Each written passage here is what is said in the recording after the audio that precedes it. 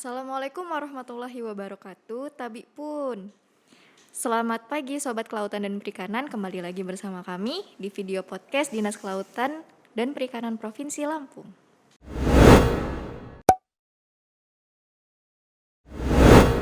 Hari ini podcast akan dipandu oleh saya, Yuka Pratiwi, dan kita kedatangan narasumber nih yang cantik, baik hati, tidak sombong, dan rajin menabung, yaitu Kepala Seksi Konservasi dan Keanekaragaman Hayati Laut Bidang Pengelolaan Ruang Laut Dinas Kelautan dan Perikanan, Kakak Filosofia Amela SPI MSI. Selamat pagi Kakak. Selamat pagi, Adek Ayu. Terima kasih udah dipanggil kakak. Serasa ya muda-muda 10 tahun.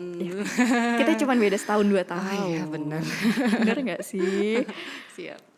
Boleh gak Kak nih perkenalkan dirinya ke Sobat Kelautan dan Perikanan di rumah nih? Oke, terima kasih Bu Ayu sebagai host podcast kali ini.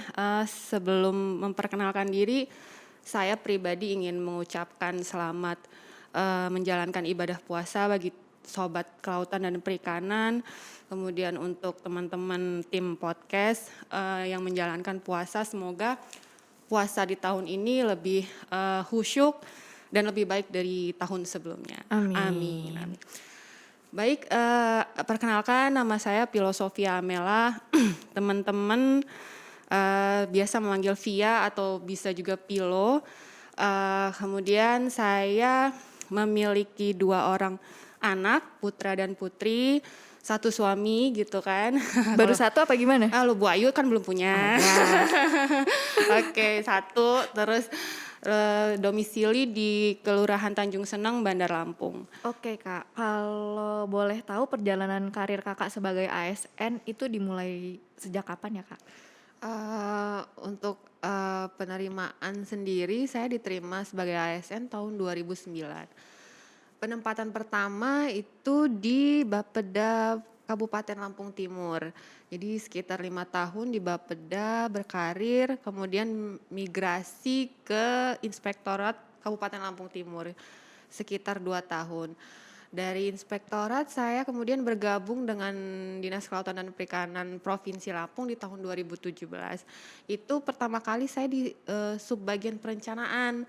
Nggak lama kemudian dimutasi ke bidang pengawasan sumber daya kelautan dan perikanan. Kemudian di akhir tahun 2021 saya bergabung di bidang PRL, pengelolaan ruang laut. Akhir Desember kemudian diberi tugas tambahan menjadi subkoordinator konservasi dan keanekaragaman hayati laut. Jadi perjalanan di bidang pengelolaan ruang laut dimulai di bulan Desember 2021. Oke, kalau jadi subkoordinator fungsional berarti ya Kak ya, itu dengan jabatan apa? Jadi melalui mekanisme penyetaraan sebagai jabatan fungsional pengelola ekosistem laut dan pesisir atau yang sering disebut PELEP. Oke. Gitu Bu Ayu. Kalau di seksi konservasi dan keanekaragaman hayati laut itu ngapain aja sih Kak? Boleh dijelasin nggak ke Sobat Perikanan Kelautan? Substansi konservasi dan keanekaragaman hayati laut itu melaksanakan tugas-tugas yang berkaitan dengan konservasi dan di luar kawasan. Jadi bukan saja mengelola kawasan konservasi tapi juga ada pengelolaan di luar kawasan. Kemudian juga mengelola keanekaragaman hayati. Keanekaragaman hayati itu yang bersifat hidup ya. Jadi non hayati ada sendiri. Nah, kalau untuk di substansi ini mengelola sumber daya alam yang bersifat biotik yang hidup, baik hewan maupun tumbuhan. Jadi kalau kita kenal ada ekosistem lamun, mangrove dan terumbu karang beserta biota yang ada di dalamnya dan di perairan sekitarnya gitu. Oke. Kak kalau boleh tahu nih, berarti kan seksi konservasi ini menjaga kawasan konservasi pesisir laut. Ya. Benar. Nah, kalau misalnya ini kawasan konservasi Teluk Kiluan itu gimana sih Kak? Oh ya, jadi kawasan konservasi Teluk Kiluan itu statusnya sekarang sudah menjadi penetapan menteri melalui Keputusan Menteri nomor 49 tahun 2019. Dia termasuk tapi kawasan konservasi daerah. Jadi pengelolaannya ada di provinsi gitu. Provinsi Oke. Lampung DKP yang mengelolanya dalam hal ini gitu. Hanya penetapannya oleh pemerintah pusat. Sudah penetapan menteri gitu. Yang lainnya juga ada sekarang lagi menyusul kawasan yang lain gitu. Tapi satu-satunya di Provinsi Lampung yang sudah penetapan menteri ya kawasan konservasi Teluk Kiluan gitu. Kalau boleh cerita sedikit ini tentang Teluk Kiluan, sekalian ajang Banyak juga nggak apa-apa sih, banyak Kak. juga nggak apa-apa ya. Nggak apa-apa. Sekalian ajang promosi ya Ayu Iya, ya. oke. Jadi biar kayak Kak Ayu atau teman-teman podcast lainnya itu kalau jalan-jalan tuh nggak ke mall aja gitu sekaligus promosi, tapi bisa jalan-jalan ke Kiluan, nengokin saudaranya Kak Ayu. Iya, ada Iya, lumba-lumba lumba-lumba ya di yang sana. imut-imut gitu kan. Jadi ada di sana ada beberapa objek wisata yang paling familiar tuh orang-orang kesana tuh mau lihat dolphin tour atau lumba-lumba atraksi ya, tapi atraksinya alami nggak dilatih-latih gitu kan. Jadi perlu waktu sekitar 20 menit berlayar, kemudian menggunakan perahu jukung. Jadi di sana udah ada fasilitas sewa gitu, sewa kapalnya. Perahu jukung gitu. itu yang kayak mana sih, Kak? Perahu jukung itu yang di bawah ya sekitar 5 GT lah gitu. Ya di sana sudah banyak gitu. Yang Jadi hanya kapasitas 8 apa 10 orang gitu kan. kecil ya berarti ya. Ya, yang kecil. Terus di sana melihat atraksi lumba-lumba itu sekitar pukul 6 sampai 8 pagi. Jadi biasanya kalau mau wisatawan mau ke sana harus menginap dulu. Tapi udah disediakan cottage di sana, udah banyak gitu banyak pilihan. cottage ya, Kak. Kemudian dari atraksi lumba-lumba bisa berfoto, ambil video, kemudian bisa berlayar juga ke Pulau Kelapa dari zonanya si lumba-lumba tadi gitu.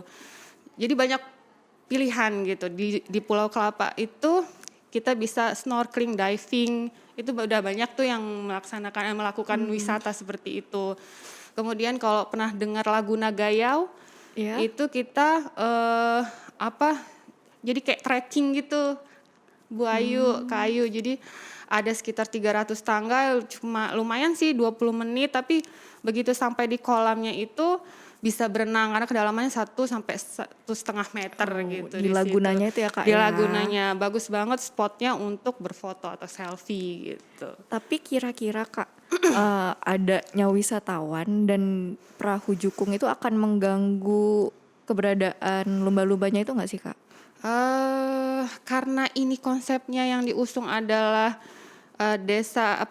kawasan konservasi wisata, jadi memang dijaga sih, tetap boleh, tapi memang dijaga, artinya saat ke sana kayak perahu dimatikan gitu, jadi tidak mengganggu si alurnya lumba-lumba sendiri. Jadi mesin kapalnya nggak mengganggu ya, Kak? Mesin kapalnya tidak terganggu.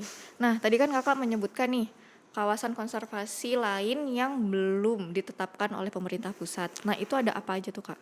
Yang sekarang lagi proses untuk tahun 2022 ini, yang pertama kawasan konservasi Ngambur.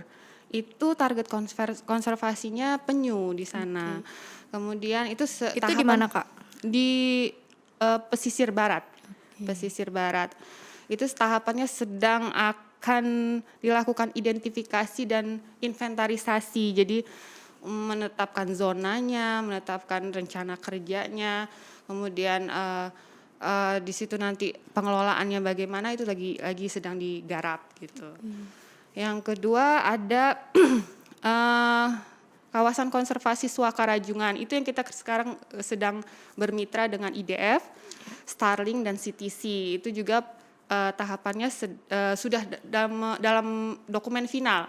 Sekarang lagi di meja Ibu Kadis untuk proses evaluasi dari kementerian gitu. Jadi sebentar lagi lah tahapannya untuk sebentar lagi sudah penetapan ya, Kak ya? Oleh menteri. Oke. Gitu.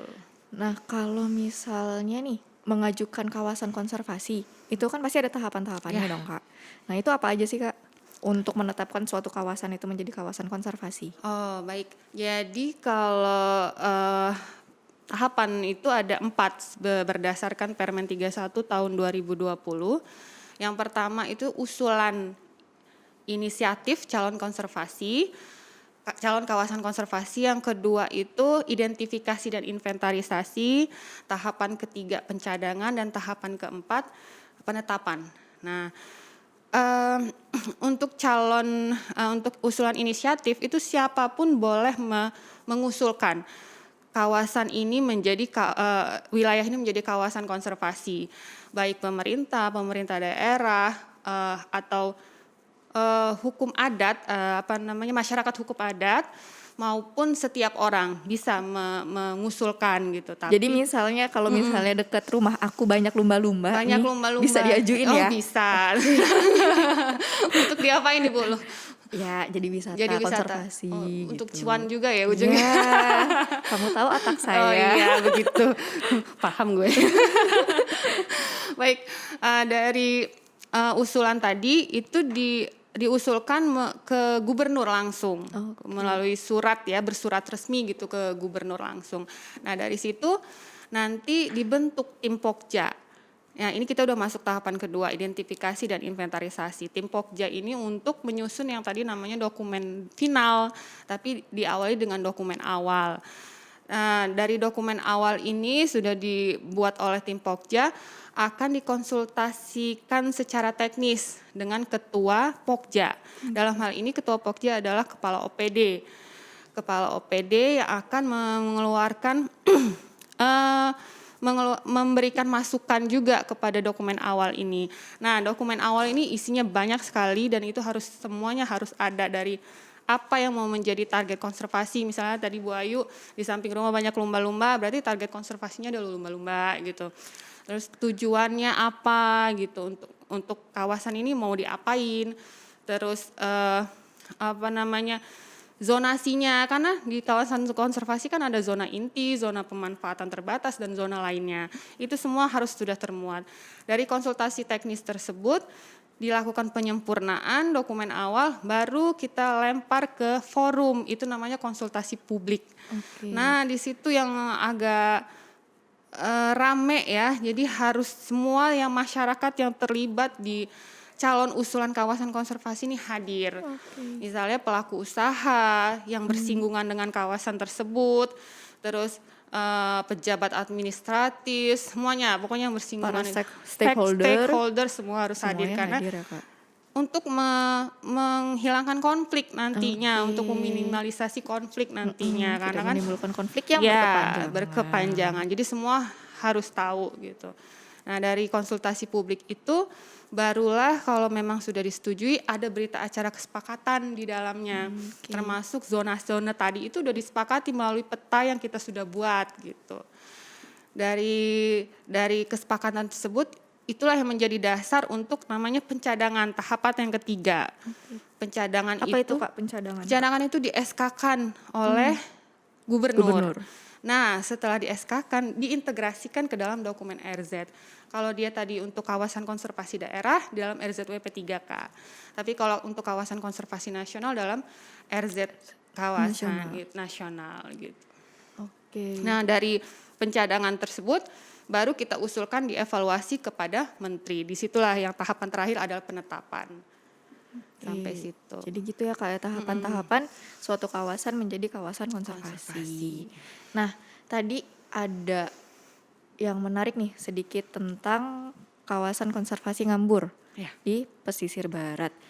Mungkin udah banyak yang tahu ya, ada konservasi penyu juga di Geopark Ciletuh Sukabumi, yang dimana di situ isinya ada konservasi penangkaran penyu. Dimana wisata edukasinya itu kita bisa melepas tukik, terus juga bisa melihat penyu bertelur. Nah, kalau di Taman Pesisir Ngambur itu sudah sampai tahapan apa ya Kak, dan fasilitasnya mungkin bisa diceritakan?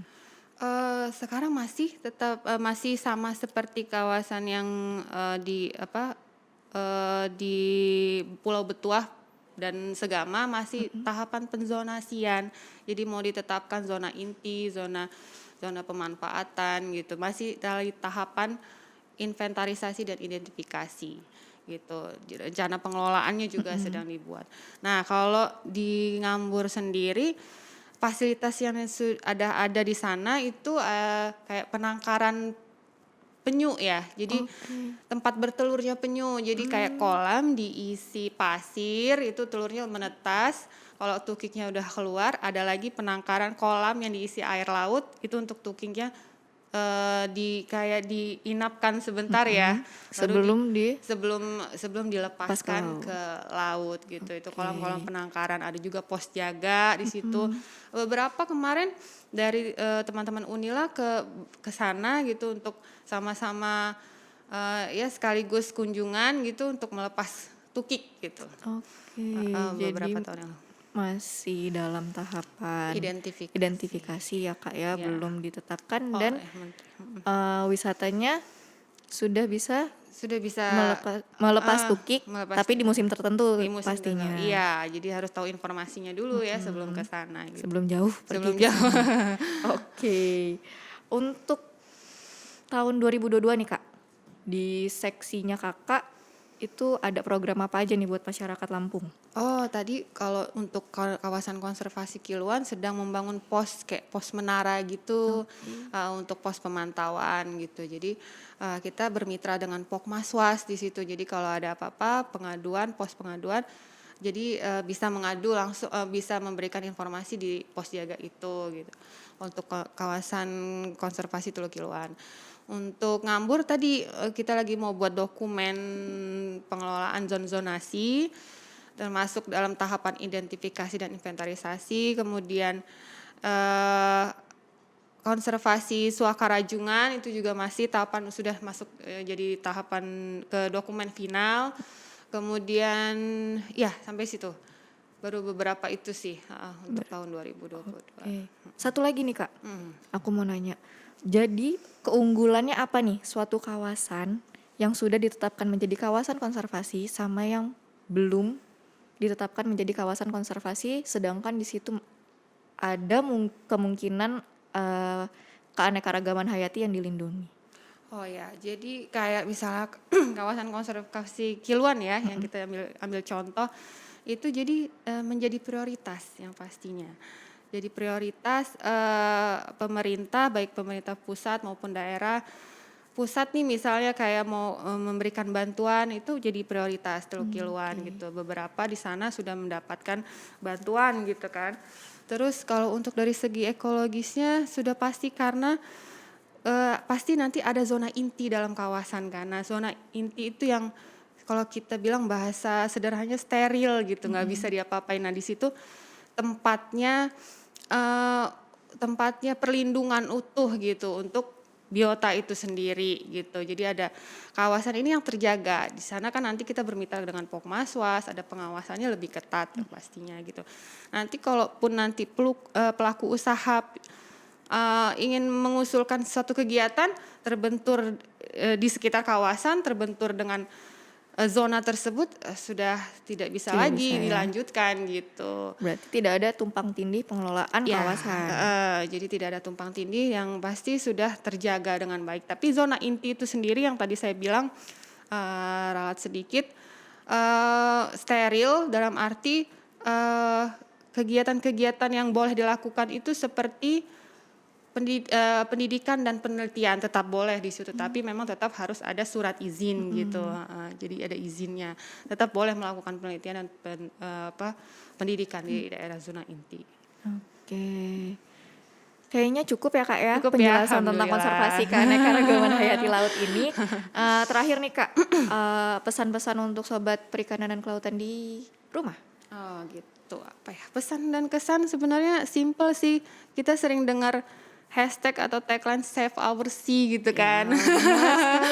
Jadi minimal hal-hal yang kecil yang bisa kita lakukan, tidak membuang sampah saat berwisata gitu kan.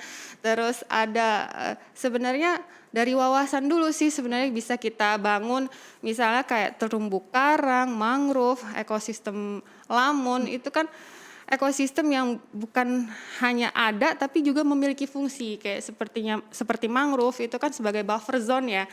Dimana kalau kawasan pesisir kita tahu banjir rob segala macam kan, kalau nggak ada mangrove itu sebenarnya udah akan besar banjirnya gitu kan. Tapi kalau ada buffer seperti kawasan hutan mangrove itu bisa mengurangi setidaknya.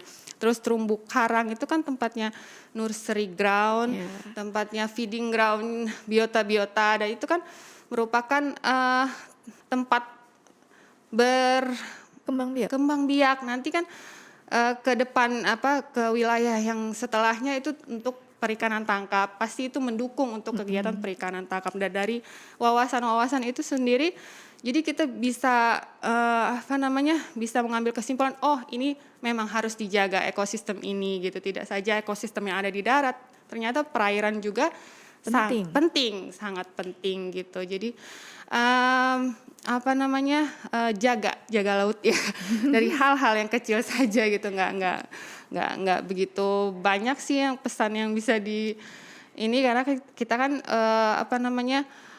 pinginnya ngelihat, apalagi untuk kawasan konservasi, pinginnya lihatnya kawasan itu asri kan ya, indah gitu ya. Ya karena kawasan sendiri identitasnya biasanya asri gitu, jadi hal-hal kecil saja. Oke, jadi kita jangan hanya menikmati keindahannya, Ya. kan ya, keindahan lautnya, tapi kita juga harus menjaga kelestariannya. Benar nggak, Kak? Kelestariannya, benar sekali. Oke, terima kasih Kakak Via sudah Sama-sama. menyempatkan waktunya di podcast kita hari ini. Terima kasih. Sekian podcast dari kami.